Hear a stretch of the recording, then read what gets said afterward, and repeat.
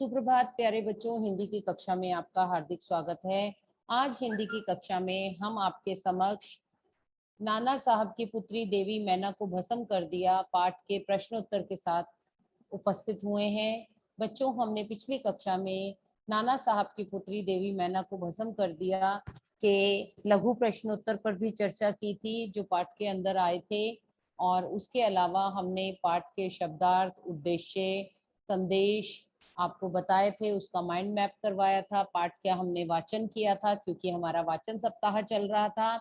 आज इसके प्रश्नोत्तर पर चर्चा करेंगे। आप सभी से निवेदन है, आप सभी अपने हाथ में अपनी कलम, अपना पेन, पेंसिल और अपनी पुस्तिका रखें, पुस्तक हाथ में रखें ताकि महत्वपूर्ण बिंदुओं को आप साथ साथ लिखते रहें। तो बच्चों, हमारा पहला प्रश्न है कि बालिका मैना ने सेनापति हे को कौन से तर्क देकर महल की रक्षा के लिए प्रेरित किया? तो क्या तर्क दिया देवी मैना ने? उन्होंने जनरल हे को क्या कहा? तो सबसे पहली बात उन्होंने ये कहा कि इस महल को गिराने से सेनापति जो हैं उनके लिए कि उनकी कौन सी उद्देश्य की पूर्ति होगी। मैना ने कहा सेनापति हे से कि अगर आप इसको गिराते हैं तो आपका कौन सा उद्देश्य सिद्ध हो जाएगा, तो आप इसे क्यों गिरा रहे हैं। ये पहली बात हुई। दूसरी बात उन्होंने क्या कही? उन्होंने कहा कि अंग्रेजों के विरुद्ध जिन्होंने षड्यंत्र रचा या अंग्रेजों के विरुद्ध जिन्होंने युद्ध किया या जो उनके विरोधी हैं उन्हें दंड दिया जाए। इस जड़ पदार्थ महल का क्या दोष है, तो इसे क्यों आप नष्ट करना चाहते हैं? ये दूसरा तर्क उन्होंने दिया। तीसरा तर्क जो उन्होंने दिया वो क्या था?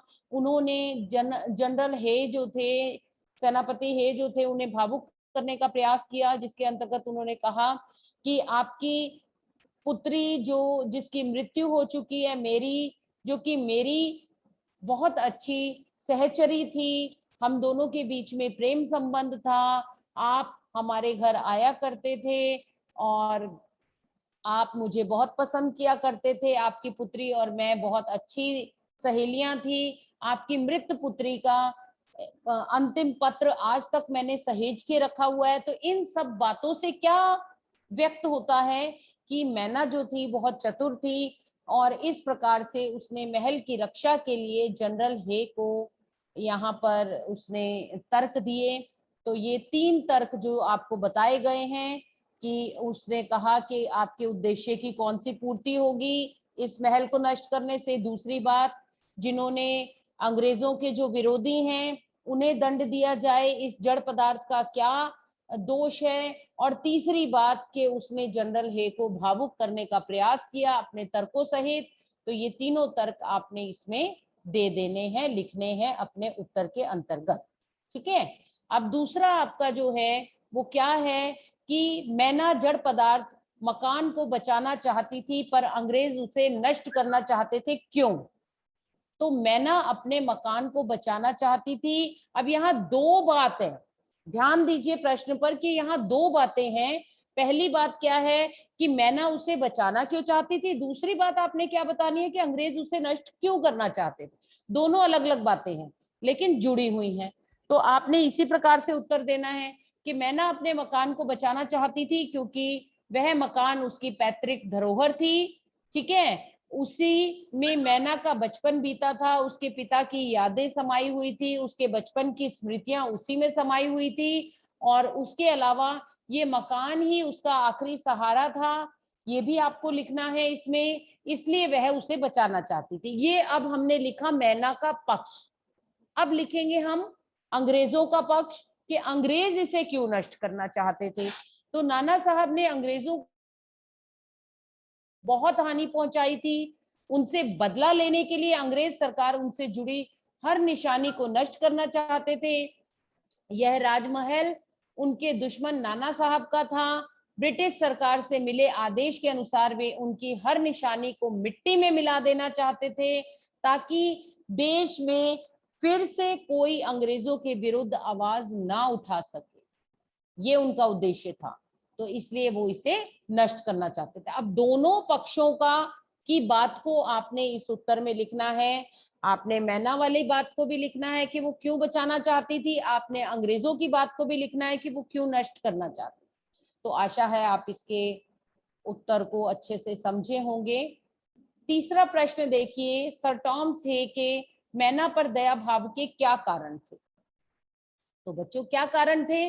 सर टॉमस हे जो थे उनके मैना पर दया भाव के कारण क्या थे कि उनकी पुत्री जो थी उसकी मृत्यु हो चुकी थी और मैना जो थी वो उनकी मृत पुत्री की सहचरी थी। और दूसरा कारण है कि वे मैना के घर जब बचपन में मैना जब छोटी थी तब वो मैना के घर आते जाते रहे होंगे और वे मैना में अपनी पुत्री को ढूंढते होंगे। मतलब उनकी एक बच्ची की मृत्यु हो गई है, अब उसके बराबर की दूसरी बच्ची जो उसकी सहेली थी उसके साथ खेलती थी, उठती थी, बैठती थी, तो नेचुरल है, स्वाभाविक है कि उन्हें उस बच्ची में अपनी पुत्री की छवि नजर आती होगी। ठीक है, तो ये भी बात हम लिखेंगे। तो मैना के रूप में उन्हें अपनी मृत पुत्री की छवि दिखाई देती होगी और उनके मन में ममता जाग गई होगी और उन्हें मैना के तर्कों में सच्चाई नजर आई होगी, जो वो कह रही है कि जिसने अंग्रेजों का जो विरोधी है उनका उनके को दंडित किया जाए, इस जड़ पदार्थ का क्या इसमें दोष है। तो हो सकता है उनकी बात को, बच्ची की बात में उन्हें सच्चाई नजर आई हुई हो। तो ये सभी कारण रहे होंगे कि वे उनके मन में मैना के प्रति दया भाव उत्पन्न हुआ होगा। ठीक है बच्चों, अब अगले प्रश्न को देखते हैं। मैना की अंतिम इच्छा थी कि उस प्रसाद के ढेर पर बैठकर जी भर के रो ले, लेकिन पाषाण हृदय वाले जनरल हे ने किस भय से उसकी इच्छा को पूरा नहीं होने दिया? आप सभी जानते हैं कि जनरल हे जो हैं वो सरकार के प्रति उत्तरदायी थे, अंग्रेजी सरकार के प्रति। तो इसलिए वे जो थे मैना महल के ढेर पर बैठकर जी भर के रोना चाहती थी, लेकिन पाषाण हृदय यानी कठोर हृदय वाले जनरल हे ने ऐसा नहीं कि होने दिया, उसकी इच्छा को पूरा नहीं होने दिया, क्योंकि उनको ये भय था कि अंग्रेजी शासन द्वारा उन्हें इस बात के लिए दंडित ना किया जाए और उन पर क्रोध उनका वो वे क्रोधित ना हो अंग्रेजी सरकार उन पर कि उन्होंने नाना साहब की बेटी के प्रति अगर सहानुभूति दिखाई तो अंग्रेजी सरकार जो है वो उन पर गुस्सा करेगी और इसके लिए हो सकता है उन्हें दंड भी दिया जाए। और इस कारण उसने मैना की यह छोटी सी इच्छा पूरी नहीं होने दी। तो आशा है आप इन चारों प्रश्नों के उत्तर को समझे होंगे और आपने ये प्रश्न जो है अपनी उत्तर पुस्तिका में करने हैं। और आज का समय समाप्त हो रहा है, इसलिए आपसे अनुमति चाहूंगी। अगली कक्षा में आपसे पुनः भेंट करेंगे, तब तक के लिए बहुत बहुत आभार।